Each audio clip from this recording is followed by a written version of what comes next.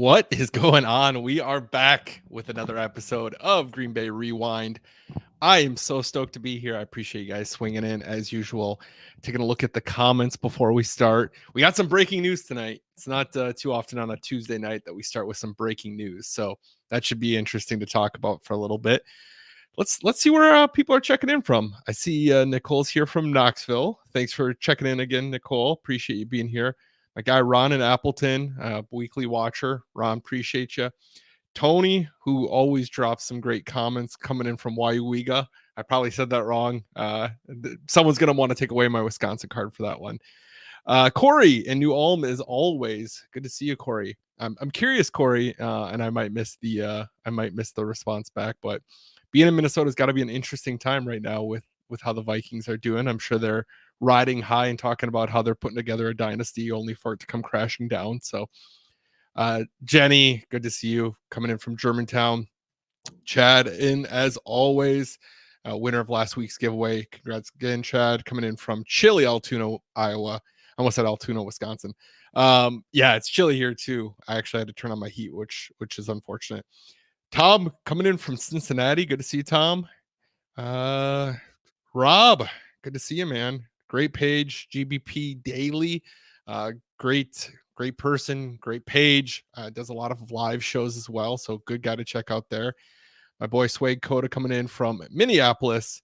Joshua, good to see you. I got the pleasure of bumping into Joshua at Legend Larry's on Saturday, so that was a fun surprise. Good to see you again. My boy Casey coming in from Phoenix, visiting with Mama Carter as well. What's up, Mama Carter? Michael coming in from Oklahoma. And let's get into this. Let's get into this breaking news. So the Packers have released Braden Narvison. Rip to the Narv dog. It was a good run while we had it. I mean, what he had just as many missed kicks as Xavier had interceptions. So it's not in the grand scheme of things. If you're comparing it to other defensive backs, it's probably a good thing to have that few of kicks. But Xavier has a lot of interceptions. So it's definitely not a good thing. Obviously, no ill will towards Braden. He did his best he could. His father-in-law is a Packers fan. I'm sure this is devastating. You never want to see anyone lose their job. That is the rough part about this business. But this business is very results-driven, very unfortunate. But, kind of next man up. As a kicker, I'm sure he would say the same thing because in his pre-interviews with the team, when they first kind of signed him, he said that he always wants, as the kicker, to have the game on his shoulders. And I think he'd be pretty oblivious if he would deny that he hasn't really made the most of that opportunity. So very unfortunate, but we wish him the best of luck. But the Packers did sign kicker Brandon McManus, who was recently released from Washington prior to the season started earlier this year. I think March of 2024, he was released. There is some allegations around him. Now, all of those have been cleared in court. There's insufficient evidence. So, frankly, all of those allegations no longer matter, which is probably why the Packers brought him in. I am somewhat surprised. It seems very unlike the Packers to bring in someone, even if there is insufficient evidence or no evidence at all. For the Packers to bring someone in that has their name tied to something is kind of not a Packers move. But I'm glad the guy's getting a second chance if he truly is innocent, which obviously no one really knows the truth. But the insufficient evidence, you're innocent until proven guilty. So there you have it. But yeah, Brandon's been in the league for a while. He's a wily old veteran. He's been in the league since 2014. I was taking a look at his numbers actually. Over the 10 years, he's been kicking. He has an 81.4% completion on his field goal, and then a 97.2% on his extra points. And I'm thinking, okay, how does that compare to my beloved Mason Crosby? And it's almost identical, which is kind of odd. Now, Mason Crosby was in the league for a very long time. I think he was in the league since 2007, so 17 years, 16 years, something like that. But Brandon McManus has an 81.4% field goal completion. Mason Crosby, 81.3%. As far as field goal, or excuse me, as far as extra points, 97.2%. Mason Crosby's 97.3%. So pretty similar to Mason Crosby, which is really interesting. I don't know. I didn't check other kickers. Like maybe that's kind of the sweet spot for kickers that you see. But I didn't get a chance to check. I was giving my son a bath and making dinner and stuff like that. So I didn't get a chance to dive in on everything as far as like around the league. But pretty interesting that it's almost a mirror stats. Yeah, Tony dropping wisdom as always. I mean, desperate times calls for desperate measures. When you have a team that you think is a special team coming into the season, you can't let it sit on the shoulders of a kicker who's inconsistent. We saw that last year with Anders missing the field goal, the big field goal in San Francisco that was ultimately part of that loss to the 49ers. You need those points. And we saw that from Narvison earlier this season. He missed one against the Eagles that would have made it a lot better of a situation. And then he missed one against the Titans. My memory's kind of bad, but I think it was the Titans that would have made it a 16-point game, but ended up missing it, making it a 13-point. If my memory's not, my memory's probably wrong on that, but you can't have that. I see some other check-ins coming in before I move on to talking about last week's game, but that was the breaking news from the Packers. I know there's some other news around the NFL, which we might talk on if we got time, but I don't want to spend super long time on that, especially with kind of talking about last week. But I see Katie checking in from Iowa. Good to see you again, Katie. Appreciate you always being here, hanging out. Dan's coming in from Racine. Dan, appreciate you stopping by and checking out. And Michael says he missed 2 against Minnesota. Obviously costly when you look at the end of that game. Thanks for calling that out, Michael. I don't know how that one. I probably just blacked that out because I hate the Vikings so much. So let's kind of talk about the game. I know there's some other stuff going on, but we'll touch on the game. Maybe we'll swing in and talk about some of the other trades going on. I know I do have a segment about questions that you guys have, so it could be a good opportunity to talk about the other trades or whatever you're thinking. But what a win by the Packers on Sunday, defeating the Cardinals 34-13.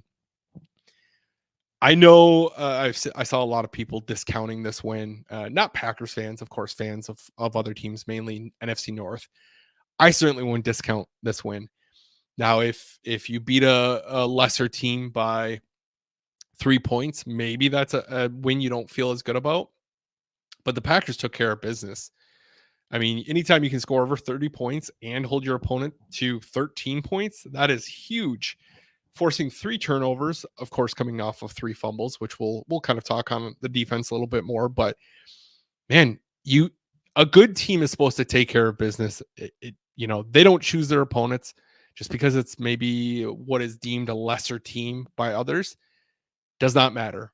You take care of your opponents. I feel like in previous years, whenever we would see the Packers go against a team that you're supposed to win, it was always way too close, or it was the team would upset us. Now, I don't think the Cardinals are that bad. They obviously have some weapons. It just didn't seem like their day, and that's fine. That's how life goes. But the Packers took care of business. They didn't let the Cardinals back into the game, which I was concerned about at the end of the first half, as many of you probably were. But it was nice to see unbelievable game plan by Matt LaFleur. You saw probably one of his best coach games, at least this season. Now, I don't want to say it was the best coach game because we saw him put together 2 incredible game plans when you had Malik playing as the starting quarterback. But that was an incredible game plan by the Packers. You saw the team always keep it third and manageable. You didn't really see third and longs at all. We talked about last week how the prior week you saw the Packers get into a lot of third and longs that made life a lot more difficult than it needed to be. And that was the opposite case this week. On second and long, you saw the team maybe do a check down or an easier completion, allow them to pick up a big chunk of yards and make it a third and manageable as opposed to a 3rd and 10, 3rd and 12. something that's a little bit more of a difficult thing to convert on. So hats off to LaFleur. That was as a fan, that was like one of my favorite games I've seen him coach in a little while. Now, Matt's a great coach. He does so many great things. So I very well could be overlooking some great games he's coached, but that was a great one. Jordan Love, have yourself a day, my friend.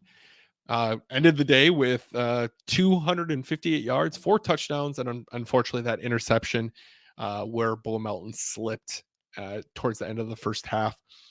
Not on Love's fault. Of course, that's just how the NFL goes. That's how football games go. Players slip, mistakes happen in that regard. But Arizona could not get home no matter what they wanted to do. So that made life a whole lot easier for Jordan, allowed him to kind of sit back and pick it apart.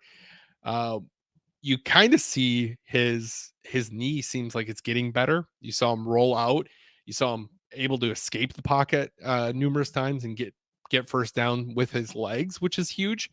Once you're starting to see that mobility come back, that's an incredible thing to have for your quarterback and something that we've been limited on for the last few weeks. I saw a stat. I saw a few different stats here that I'm going to talk about. He's put together 8 straight games with 2 touchdowns or more, which is the longest streak in the NFL. And he's the first quarterback to put back-to-back 4 touchdown passes. Or I should say he's the first Packers quarterback to put together back-to-back 4 touchdown passes at home since Brett Favre did it in 1995. Anytime you can put yourself in a bucket with Brett Favre or Aaron Rodgers, I think that's a good thing. I think it's a good thing to be in the same category as a Hall of Famer. I do think that's a little cherry picked because it's like back-to-back home games, where I'm sure Rodgers did it, but maybe one was an away game. Either way, to have back-to-back 4 touchdown games, very great. And Jordan took care of the ball this time. Last week we saw him put 4 touchdowns, but he also threw 3 interceptions. I think that was last week. Pretty sure that was last week. I don't know. I feel like it's all starting to kind of blend together now at this point. But I'm pretty sure he had a few turnovers last week. And then despite missing 2 games this season, he is second in the NFL with 12 touchdowns, tied for second with 12 touchdowns. He's tied with Joe Burrow, right behind Baker Mayfield at 15 touchdowns. It's an impressive way to start the kind of season in your 4 games that you've played. I'm excited to see kind of everything start gelling maybe a bit earlier than we saw last year. And you're going to need it this year in this division. We welcomed Romeo Doubs back, of course. You saw him come back off his 1-game suspension. Thankfully, he had a great game. I was worried that if he maybe didn't have the greatest game, you're going to see people being terrible human beings online. But he had 2 great touchdowns. The first one, I thought for sure he was going to drop it with the conditions outside in the rain and kind of how it's a fingertip catch and the defender kind of fighting with it. I thought for sure that thing was getting dropped, able to hold on to it and then extend out for the touchdown. But even more impressive was that second touchdown. That second touchdown where Love's thrown off his back foot, sends it about 35 yards. Romeo, just looking back, makes a nice adjustment to the ball that the defensive back doesn't know to make that adjustment because he's paying attention to Romeo. Made it look so easy to just stop on a dime, catch it, and walk into the end zone. So that was, I don't know about you guys at home, but I was definitely yelling about that one in my living room, like mind blown that happened. So, this is going to be me venting here for a little bit. I've seen a lot of people online because I posted about Romeo, how happy I was for him in the welcome back Romeo and the great touchdowns and just happy for him. The amount of comments I saw of people were like, he needs to smile more. Why isn't he smiling? Why is he so serious? That's just how Romeo is. I don't think it has anything to do with the suspension. I don't think it has anything to do with whatever he potentially has going on. That's just how Romeo is. If you look back over the few years now that we've had him, or the 2.5 years that we've had him since we drafted him in 2022, that's how Romeo is. Some people are just stoic. You saw that from Barry Sanders. Barry Sanders would make 9 guys on a defense look like fools. He would run into the end zone. He would hand the ball to the referee and just jog back to the sideline. No celebration, no excitement. Some guys are just like that. Romeo is one of those guys. He's just there for business. He's there. He embraces with his teammates and then gets back to the sideline. That's okay. That's just how Romeo is. I don't think it's I think it's kind of weird to just be like, "Oh, you need to smile more." Like I feel like if I went to work and I did something good and my boss or coworkers are like, "Hey man, you need to smile more." I feel like that would just like irritate me even more. So, I just think that's an odd statement to make, but I saw way too many people make that comment. If you want to see, go back in some of my posts and look. The amount of people that are like, "He needs to smile." It's just unbelievable. Anyway, I'm off that rant. Sorry, just had to rant a little bit. Uh, Packers defense. We talked about the 3 turnovers, forcing 3 fumbles. Even more impressive, I thought. I shouldn't say more impressive. Even as impressive in my eyes was how they contained Kyler Murray. They held him to 14 yards off of 7 attempts, which is pretty impressive considering what he can do with his legs. I saw someone, I saw someone say that Kyler Murray runs like a toddler who has something he shouldn't. And since my son is kind of in that stage now where he's kind of walking quicker, I visually can't unsee it now. So I thought I'd share that with you. But Kyler just kind of scrambles. He's quick. He runs like a toddler who has something he shouldn't. He's a very elusive quarterback, and for the Packers to play the way they did, keep their eyes on Kyler while covering the field was so impressive. You know, that one where it was the read option and he broke out and Evan Williams played that thing like my mind blew right there because in the past, I feel like the Packers have never been able to contain a running quarterback. And to see Evan square shoulders and stay level with him, not overreact to which way he's going, and just kind of put flat foot, stand there, make him be decisive in what he's going to do and pursue from there. But it made Kyler hesitate enough to actually have other defenders swarm him and made it for an easier time to stop him. Absolutely stunning job there. And that second half, it seems like they've been adapting so nice in the last 4 games that I'm so excited to see what continues to go on. I'm still a little like over the years. You've been burned so many times by bad defenses that I'll text Chad during the game and be like, "Oh, I just don't know. You know, watch them convert this third down here, this third and forever," and then the Packers stop them from converting. So I now at this point I feel like I've jinxed it if I don't say it, but I still feel like I can't be excited yet, even though I am excited. Um, defense, another fun stat: defense has produced 2 or more turnovers in the first 6 games so far this season. First time that's happened since 1996, which I feel like 1996 rings true. Like the Packers did something big that year, like end of 29-year championship drought against the New England Patriots in Super Bowl 31. I feel like that's what they did in 1996.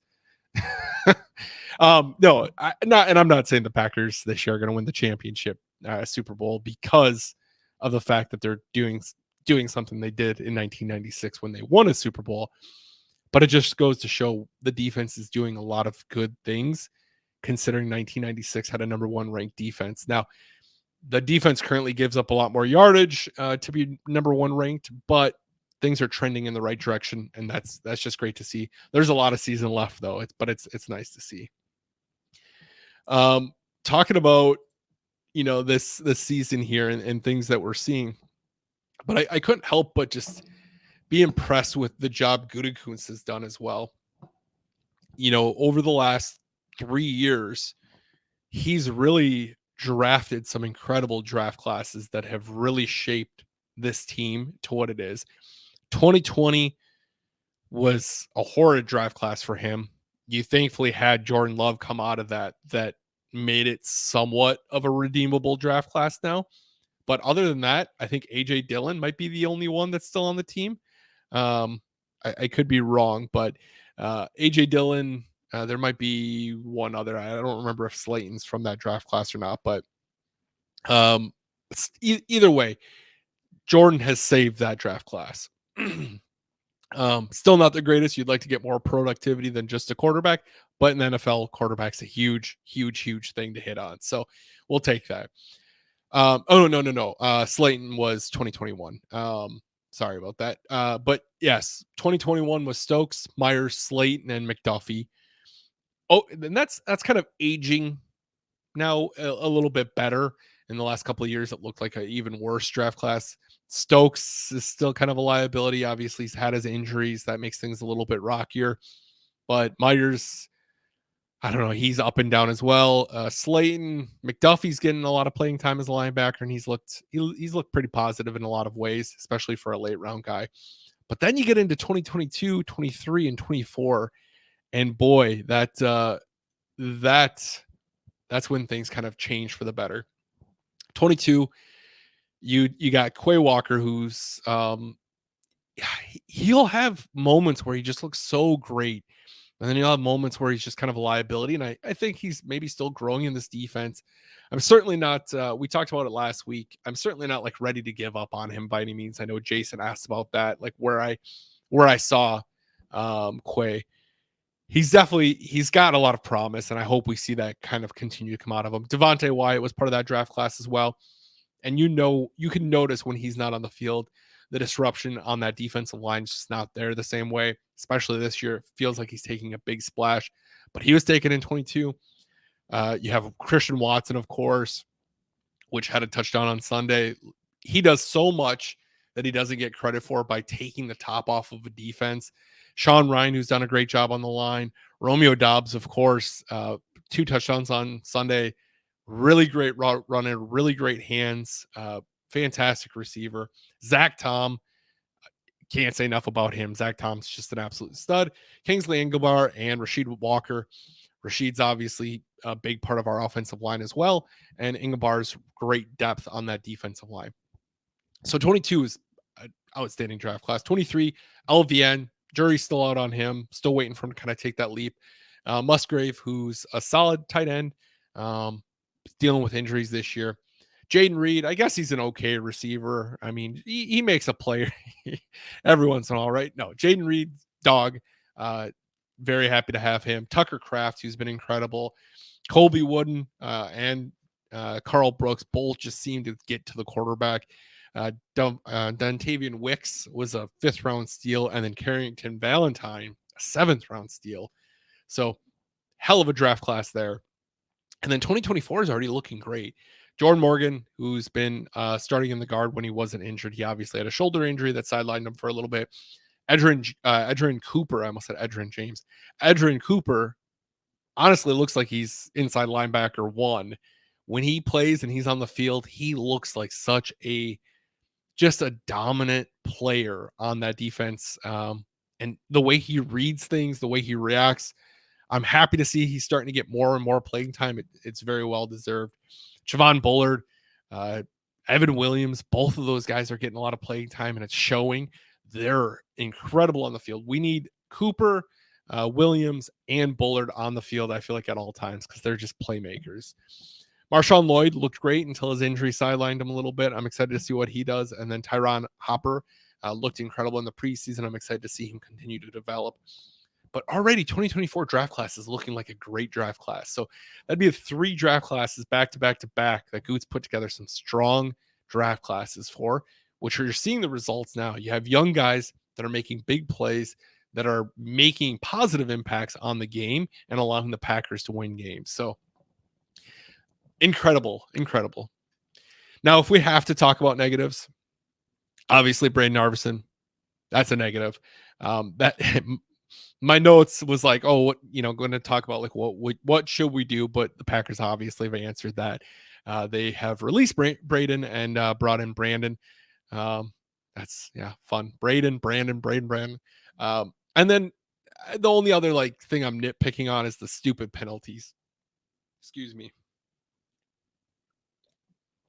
We saw that play by the Cardinals just before the second half where they'd have been looking at like a 3rd and 2. Instead, Jair had after the play penalty that gave him 15 yards and a free first down, kind of derailed the momentum they had on that defensive drive. Maybe you stop them on the 3rd and 2, and now they're punching the ball away. And rather than letting them score 7, which led to 10 before half, maybe that just doesn't happen at all. So, I mean, if that's my nitpicking of the game, that's a pretty good game. Before we kind of get into some burning hot questions here, so if you do have some questions, feel free to start dropping them. But before we get into that, let's talk about the NFC North a little bit. You know what? And I'm sorry, I forgot. Boy, I don't know if anyone called me out on this. I got too into the exciting breaking news that I forgot to do the giveaway form. So I'm dropping that now. So here is the giveaway. Let me make sure that's the right form. Okay. Here's the giveaway form. Feel free to sign up for that for the giveaway. We'll be drawing that later on in the episode. One entry per person, please. So just enter once, even if I post it later on, but just enter it once. So there is that. But now let's talk about the NFC North just a little bit. I like to kind of recap where the NFC North's looking before we head into the next week. But what a tough division this year. I looked back because I was curious. I was like, has there ever been a year where all four teams for the NFC North, where all four teams finished 500 or better? So look back.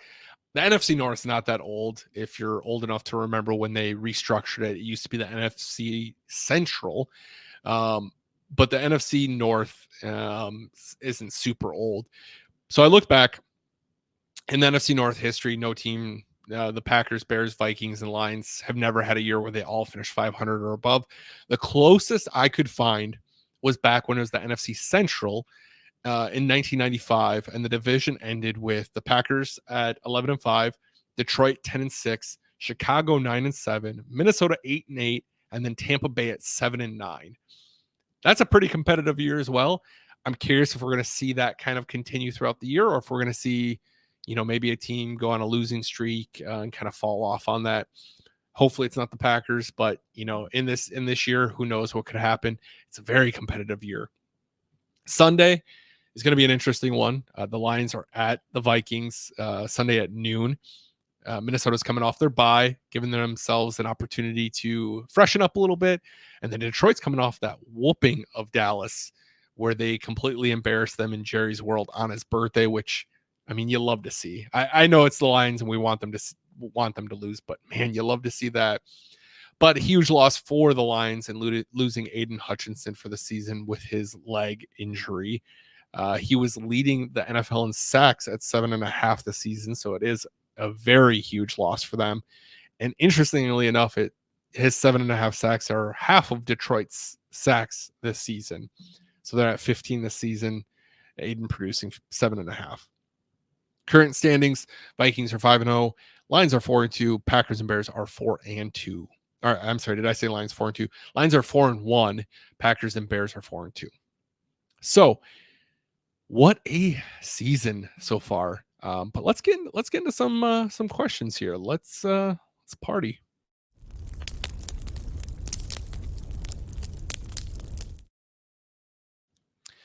So a huge thank you to Legend Larry's. All season long, they're going to be sponsoring this segment of the show. I appreciate them immensely. My favorite wing place by far, best wings I've had.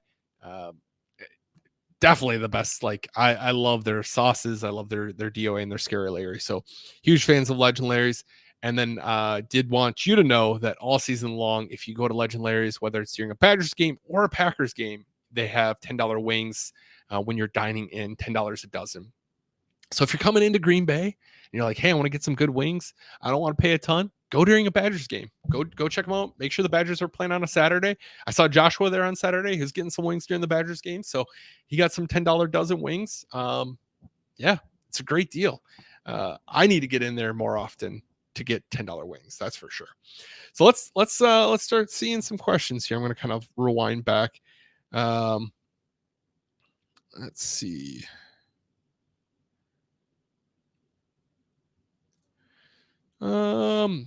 Michael says NFC North is pretty strong. Wouldn't it be crazy if all the NFC North makes the playoffs? I wonder the logistics of that. Great question, Michael. I wonder what the logistics of that would be.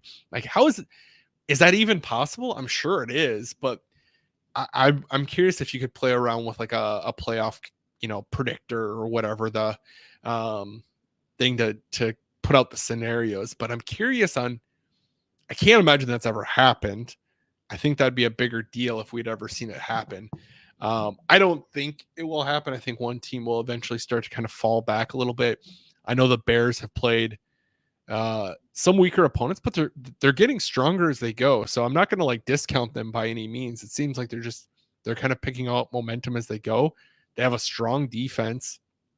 So really, maybe we see history. I don't know. Dakota, you're such a troll. Long-time viewer, first-time poster. You're not a first-time poster. Do the Bears still suck? Yeah. Yes, Sway Coda. I was gonna try to think of like an analogy to use with that, but I got nothing.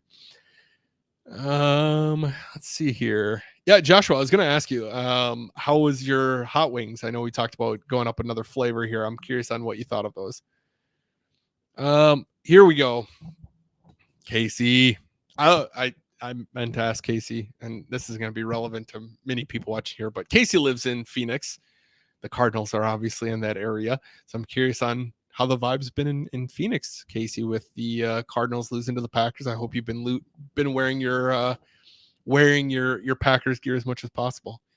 How do you feel about Rodgers and Adams reuniting in New York? Also, to addition, how do you like that Hail Mary, my boy? It's interesting. The acquisition the Jets made, and great question, Casey. Thank you. The acquisition that they made with getting Devontae for a conditional third that could go up to a second. He's got a big salary cap coming up the next couple of years. We talked about that previous weeks of 40 plus million for both years. Sounds like they're going to try to restructure that, move some stuff around. They have Rodgers through the end of 2025. It's an interesting acquisition. I'm gonna try not to sound like too salty about the thing, but like towards the end of Rodgers' time in Green Bay, we saw a couple playoff games. We saw one with the Buccaneers, and then we saw one with the 49ers, where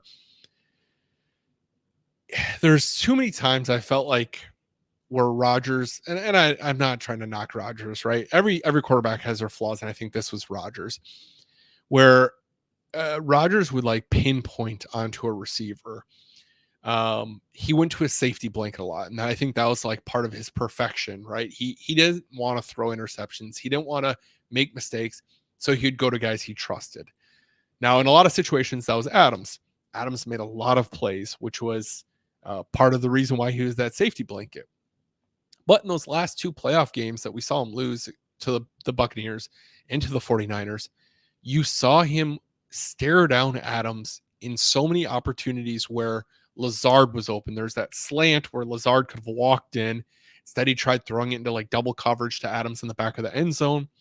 Or in the 49ers game, there's plenty of opportunities where Lazard or another a weapon was maybe open for an easier check down or easier first down.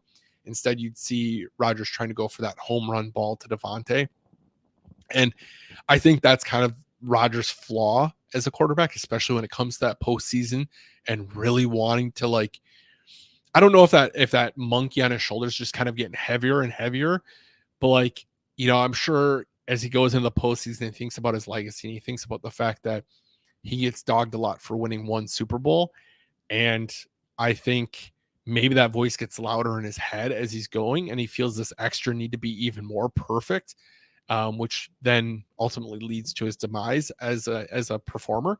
I don't know if that's the case, but I don't know. It's an interesting acquisition by them. Kudos to the Jets for going all in. I know a lot of people are always crucial on the Packers for not doing so.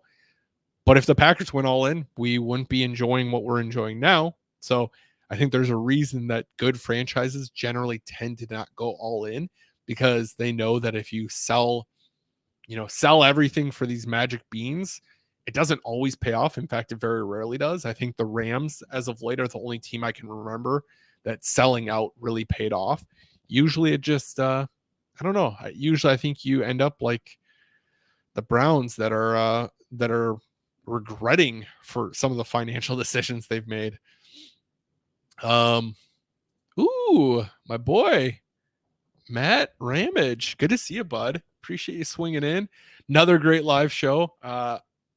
Matt, I'm going to break the news, but I'm going to be on Matt's show on Thursday. So if you want to come hang out with Matt and I, on Thursday at 7 p.m. I will be there. So I'm excited for that, Matt. Always fun to join your show. Do I think Jordan Love could beat Aaron Rodgers in an arm wrestling match? Whew, that's tough. I'm gonna say yes, just because Jordan's younger. I think they both got some good arm strength. I wouldn't put money on it either way, but that's a fun question, Matt.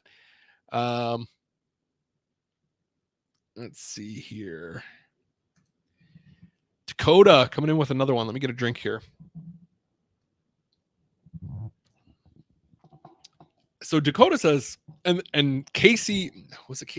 I can't remember if it was Casey and I talking about this. No, I think it was someone else and I were talking about this at work today. But if we had a legitimate chance to trade for Max Crosby, who or what would you be comfortable giving up for him if you're Goot? Max is a very expensive acquisition as well. He has a pretty expensive contract. What would I be comfortable giving up for him? I don't think, because I don't know. He has an expensive contract, and I don't know how it compares to. Like, other players in his position as far as pay. If it's high up, I just haven't done enough like research into it. But I know he's going to be making like, I think, 18 million the next couple of years. I feel like you probably are in that same spot of giving up what you gave up for Adams, where you're taking some of that money off their plate. But Max would be an incredible addition. Dude has a motor that just doesn't quit. He is relentless, and he's always being a pain to the quarterback. I would love to see the defensive line have Max Crosby on it. I think any team would love to see him on their team. So, great question. That I don't know. I would love to see that happen. I don't think it would happen. I don't know if he'd want to come to Green Bay, but I'd love to see it. Derek asked, do you think Reed is too valuable to leave back on punt returns? Yeah, I mean, I talked about, good question. Thank you for that, Derek. I talked about this, I think last week or 2 weeks ago, that I don't know why Jaden Reed is back there on punt returns. In my opinion, Jaden should not be returning punts. Jaden should be strictly just doing wide receiver. I feel so much better with Keyshawn back there all day long. I mean, a big reason of why you paid him what you did is because of his return abilities. I still don't understand why we ever put Jaden back there. I know Jaden's an explosive playmaker, but I think he's getting to that point, like you mentioned, Derek, that he's too valuable to be putting him back there. You need him too much in your offense. Keyshawn's becoming super valuable as a nickel cornerback, but I feel like there's other options on our defense now that maybe you could sub him in. We saw Evan. Was it Evan that we've been seeing play nickel, or is it Javon? I don't know. I think that maybe both interchangeably, but we're seeing them play nickel as well and doing really good at it. I just think that Jaden's just way too valuable to be having back there, taking punts and taking those extra hits. Put him in your offense, let him go. Put Keyshawn back there. Keyshawn's explosive. You saw the return he had last week. That's what you want out of punt returns. He flipped the field and made it for an easy touchdown. So, yeah, great question here. Yeah, Chad brings up another thing. I don't know if this is that's not in the form of a question, but I think you had a question earlier that I missed. But yeah, the Packers are having their winter warning this Sunday against the Texans. Kind of odd timing to have it in October, but the Packers are going to have a whiteout, all white uniforms going against the Texans. Kind of odd that it's not later in the year, like a December or January, where it's actually winter. I know this week's felt like winter here a little bit. I know we had a winter warning last night here, but it's going to be like 70 degrees the rest of the week. So it is an odd decision for them to make that happen during October. It's not even Halloween yet. How are we going to have what are they like? Target? Why are we talking winter? I mean, Target's already got their Christmas stuff out. I don't want to believe that the Packers subscribe to that same philosophy of already looking ahead at winter. It's not even Halloween yet.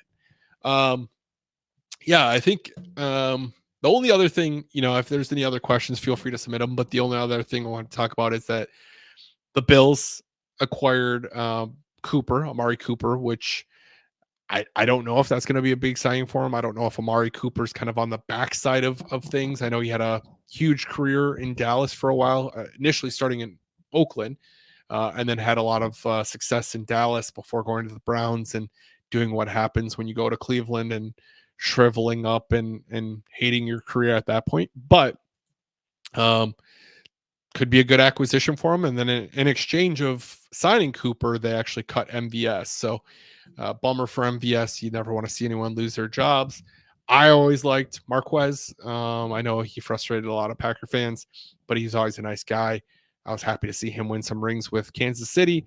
Unfortunate for him to lose his job and now be a free agent, but I'm sure he'll land somewhere in the league. Well, we can kind of let's throw this form here one more time. If you haven't done so already, feel free to enter that. We're going to be doing the drawing in a second. I think, and if you have already submitted it, ignore the form. Only one submission, please. Yeah, I don't know. I saw, and then I think I saw Minnesota acquired Cam Akers as well, which is interesting to pair with Aaron Jones.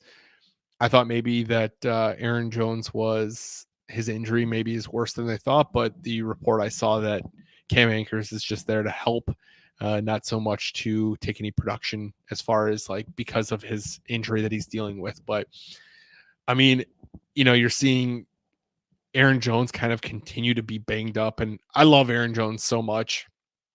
I'm so thankful for everything he gave to the Packers, but I'm still very happy that we have Josh Jacobs. Josh Jacobs just seems to run like just, I don't know. He seems more durable too in the sense, and I'm not trying to jinx anyone here, but it just seems like he runs hard. He can take the hits. He can kind of keep going.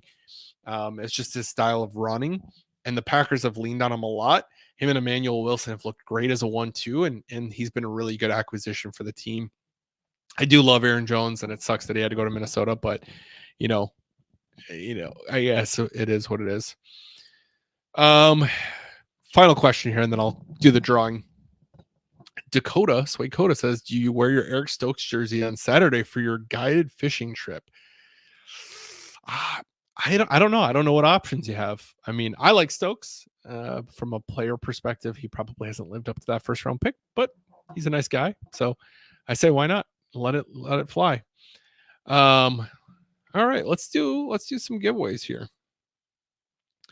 Give me 1 second. I got to clean this up so we're not doxing anyone's email or anything like that.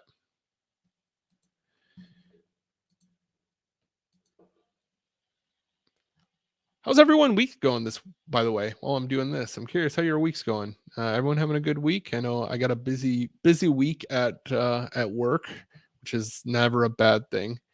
But it's been nice working on some new projects, and hope everyone else is having a good week here. Anytime you can come away with a victory Monday, that's always good. And having a victory Tuesday here is also a win.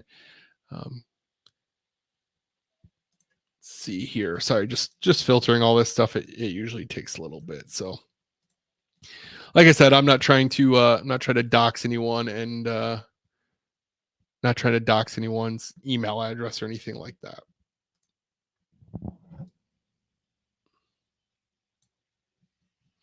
Oh, Jordan, real funny on your name. Good thing I know who you are. Otherwise, if you win this, good luck to you.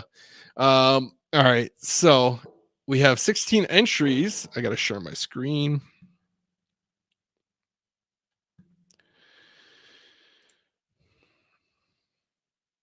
I'm still figuring out this technology. One day I'll get it right.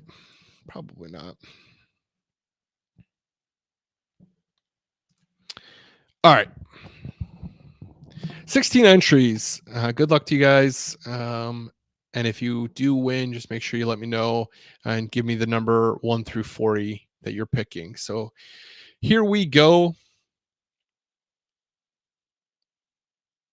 Ooh, Iowa Joe snaked it again. Nice job, Iowa Joe. I know you won. I want to say you're one of the winners week 1. So if you want to let me know you're here, give me a number 1 through 40. That'd be greatly appreciated. Huge thank you to Nicolay Law. We're waiting for that. Huge thank you to Nicolay Law. all season long, we're going to do giveaways. So all season, if you hang out here, the giveaways are going to be here. And then if the Packers were to lose, we're going to do a drawing for another giveaway, because even when bad things happen, like the Packers losing, Nicolay Law has your back, which I love. Nicolay Law, I'm so thankful to be working with them. So if you are injured, make sure you get Nicolay. Should probably change this. I get so excited for these giveaways that I forget to kind of update my my background here.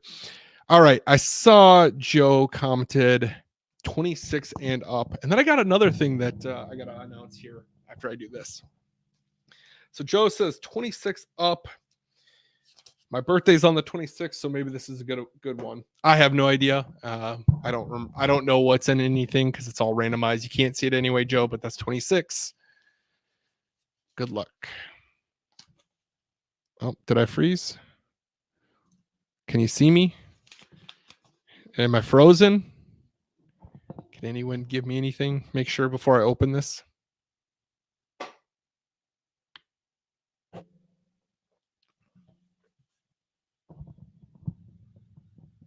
I'm not seeing any comments, which makes me nervous. Okay. Joe says it's good. So, okay, we're good. 26. Gonna open it. Jordan's probably just drinking too much. Jordan, are you at a bar in Hayward again? Oh, I do. I have such a good story with Jordan that I want to share, but I should probably save that for the next Packers Vikings game, because that was part of it. So, Joe, congratulations once again. You won a Boyd Dowler 8x10. I still have your address from last time, so I will get that in the mail. Appreciate you entering, and congratulations once again.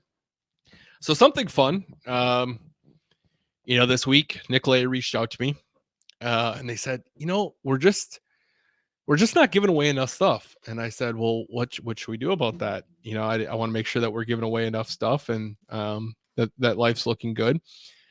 So they said, why don't we make it a little fun, and we're gonna add another form of a giveaway on the show. So let's load this here, and we're gonna talk about it. So what we're gonna do is I have 50 scenarios here. If this scenario that we draw, if it hits on Sunday against the Texans, next week we'll do another giveaway. So if they were to lose and the scenario hits, then we're going to do 3 giveaways. So, super nice of Nicolay Law. They're just like, hey, let's give away more stuff. Let's have some fun with it. So let's see what scenario you gotta root for on Sunday. There's a lot of weird ones that I threw in here. Not like weird, but some of them are harder than others for sure. An Evan Williams interception. So if that happens on Sunday, we will be doing another giveaway next Tuesday. So super excited to do that. We're going to do that the rest of the year, just to make it a little bit more fun and give you something additional to root for on the during the game. So once again, thank you to Nicolay Law. They've been incredible to work with. And yeah, Tony's got a Nicolay can koozie at the game on Sunday. I have like a handful of them. I use them obviously every Tuesday. Big fan. Yeah, thankful for them for sure. So let's see. Yeah, so make sure you're rooting for that Evan Williams turnover on top of things. But let's talk about this week's game. I'm going to try to field comments here a little bit more as we're kind of talking about it, because I want to make sure that we're interacting, but I also want to make sure that we're going through this stuff and kind of talking about the game that's coming up. So this Sunday at noon, the 5-1 Texans go against the 4-2 Packers. Texans only loss come to the Vikings, and they're coming off a 41-21 victory over the Patriots. They've looked good. Their offense and defense both look great. We'll kind of talk about their numbers and how they're looking. So kind of averages here, their total yards a game. They're 6th in the NFL with 375 yards on average per game. Big part of that's their passing. They're 5th in the NFL with 256. From a rushing perspective, they're 15th in the league at 118 yards per game on average. Points per game, looking at 23.8, which is good for 14th in the NFL. Packers on the flip side, pretty balanced. Total yards, they're 4th in the NFL with 400.8 yards a game on average. Passing, you're looking at 233 yards, which is 10th in the NFL, but they're second in rushing at 167 yards, which is great. Never would have thought I would see the day where like the Packers are almost leading the league in rushing. I suppose part of that is you lost Jordan for 2 games, but you're still holding top of the league in rushing yards, which just shows how balanced they've been. Points per game, the Packers are looking at 27 points per game, which is 8th in the NFL. This is where Texans really start looking good. Not only do they have a high-powered passing offense, but their defense looks great. They only allow 277 yards on average a game, which is 3rd in the NFL. Passing yards, they're pretty stringy on what they allow at 162 yards, which is 4th in the NFL. Rushing yards, they allow 113 on average, which is 13th in the NFL. Points per game, they've allowed 22.5 on average, which is 16th in the NFL. And then how the Packers look compared to that, 338 yards on average each game, which is 18th in the NFL. Passing yards, they're 25th at 228 yards. Rushing yards, they are 8th at 110. Points per game, they are 9th in the league with 20.2. So the big things that we're kind of seeing there is the defense for the Texans does not let up a lot of yards at all. They're extra stingy when it comes to passing defense, where the Packers are a little bit more stingy on their rushing and the points they're allowing in the game. Turnovers, Packers lead the NFL with a +9 turnover differential. They forced 17 turnovers this year so far to date, which is pretty interesting because last year they had 18 year to date. 18 on the season. So to be almost at that point now through 6 games is very impressive. And then the Texans have a 0 turnover differential. So they've forced 7, but they've also given up 7. So now that we kind of know that, it's I'm curious how you guys think the game's going to go. Derek bringing up another good point here, good question. Would I like to see Jair travel with Diggs? The Texans have a lot of weapons. They're obviously without Nico Collins, but Diggs is a big one. We're familiar with Diggs. Joe Mixon, Tank Dell, Danielle Hunter, Will Anderson. I mean, you have a lot of weapons now. Danielle Hunter and Will Anderson, both of those guys are they can wreak havoc on the defense, which shows. Their defense. Their defense gives up, their defense can produce a lot of sacks, which when you have those 2 guys on your defensive line, that's no question that's why it's happening. Would I like to see Jair travel? I want to see Jair play to his strengths, right? I trust that you have other guys that you can kind of take Stephon out of the game as much as you can. You're never going to be able to take him out of the game completely. He is a weapon. He is a great wide receiver in the league. So you're never going to be able to take him out of it completely, but I think you can limit him. I'd rather see Jair do his thing and be where he's most comfortable. If that means traveling, let him travel. If that means let him stay on one side, let him stay on one side. I'll see what happens. I'm curious what's happening, but if I'm the Packers, I think this is how I'm thinking about it. Like I said, you're without Nico, which is a big loss for the Texans, but they have a lot of weapons. They can do a lot of great things. I think if you're the Packers, you need to stay balanced. You need to really lean on that run game like we did last week. Last week, we stayed very balanced. We had a lot of success from the run, which allowed us to stay in those third manageables like I talked about. We need to have a game plan identical to that. Lean on Jacobs and Wilson. Which tends to be the Texans' weakness as it is with their rushing defense. But not only that is you're making their defense stay honest that way. You're not allowing Danielle Hunter and Will Anderson Jr. to rush the pass rusher and disrupt the pass rusher, which is going to be crucial if you want to win this game. What is interesting is the Packers have allowed 8 sacks on the season, which ranks 2nd in the NFL. So we don't allow a lot of sacks. While the Texans are 6th in the NFL in sacks produced at 19 sacks. So it's going to be interesting to see which side's going to be budging in this game. Is it going to be the Packers allowing sacks, or the Packers going to stifle the defense or the Texans pass rush and really slow them down? I'm really interested in that. Now, on the flip side, you need to contain Stroud like you contain Murray. You cannot let him just continue to extend plays with his legs, escape the pocket, escape the blitzes, escape the pass rush. They do get sacked often. The Texans have allowed 17 sacks this season, which is 25th in the league. And the Packers have generated 16 sacks, which is, I guess I didn't put where they're ranked at in the league, but they've generated 16 sacks, 8 of which came against the Titans. So it could be skewed a little bit. The last week we didn't generate any sacks. Pass rush has been really meek as of late. They had a lot of pressures last week. They just weren't able to get home. So you need to make sure that you're getting home, especially on an offense that really isn't, especially on an offense that's allowing sacks. Now they do have Tunzel as their left tackle, who I think I saw that he hasn't allowed a pressure yet this year.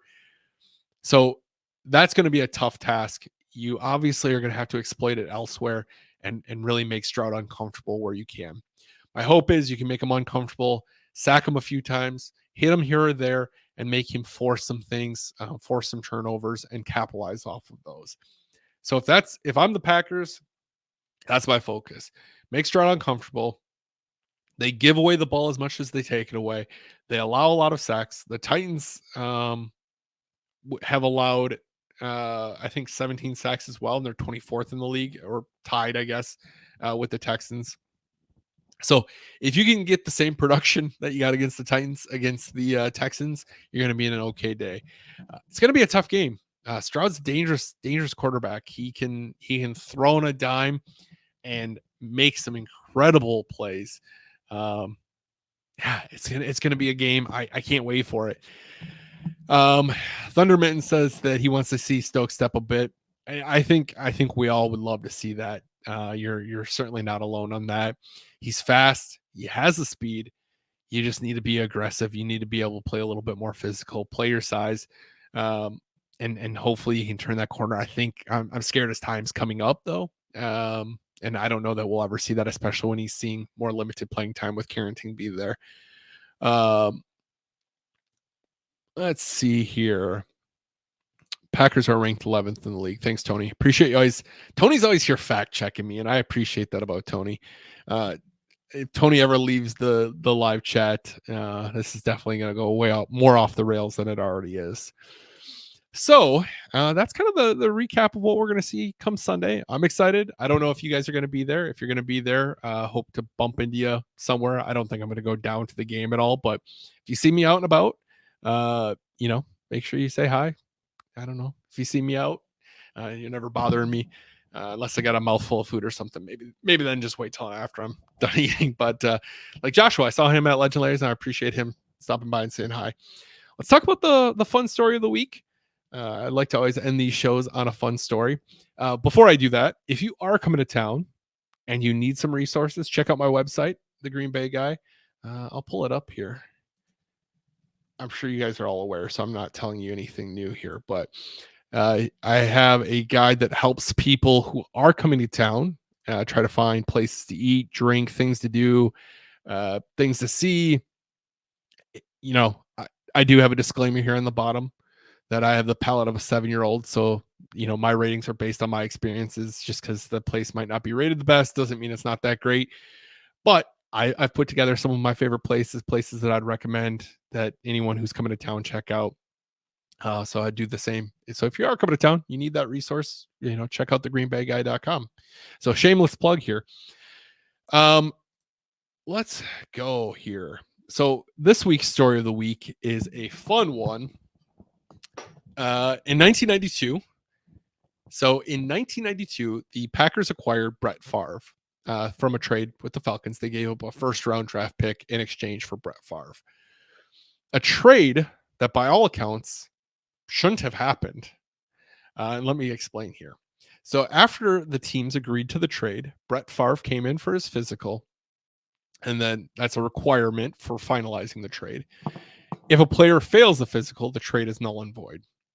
During the exam, the doctors diagnosed Favre with a vascular necrosis of the hip, which is the same condition that Bo Jackson had that ended up ending his playing career. So same condition. They recommended that the Packers fail the physical and do not go through with the trade. However, Ron Wolf, when he heard this news, he decided that he would overrule the doctors and push the trade through. He believed Favre was not only the best quarterback from the 1991 NFL draft, but the best player in that draft. And he wasn't going to let that trade go through, or excuse me, he wasn't going to let that trade go and not have that player that he believed was the best player of the 1991 NFL draft. Favre, I guess, would go on to have an okay playing career. He'd play through a few injuries here and there. No, he redefined what toughness was in the NFL. He would start 297 consecutive games, even more if you're including playoffs, which is an NFL record and one that is unlikely to be broken due to concussion rules and all these other rules that we're seeing in the NFL. I don't see that you can ever have a player break that 297 consecutive starts. And I should also note that special teamers are not included in consecutive starts. Mason Crosby, I know, broke the record from the Packers perspective, but they don't get credited towards consecutive starts as a special teamer. Pretty interesting, though, that a trade that in all intents purposes should not have happened. Ron overruled the doctors and ended up going on to create an Iron Man player that put together an incredible string of consecutive starts, played through so many injuries. Obviously, dealing with those issues today. He's been very vocal about it in his documentary that he's coming out with, or that he came out with about concussions. But interesting of what could have been or what could not have been had that trade been null and void. So yeah, I appreciate you guys all hanging out. Appreciate I see a lot of familiar faces in here week in and week out, and I appreciate you guys swinging by and making this part of your weekly routine. And if you are new here and checking it out, I appreciate you swinging in, even if it was just for a little bit. Hope to see you in them, swinging by more often. It's great talking with you guys. It's great interacting with you, and I appreciate you all swinging by. Go Pack Go as always. Can't wait to see you guys next week. Same place, same time. Have a good rest of your week, and go Pack Go.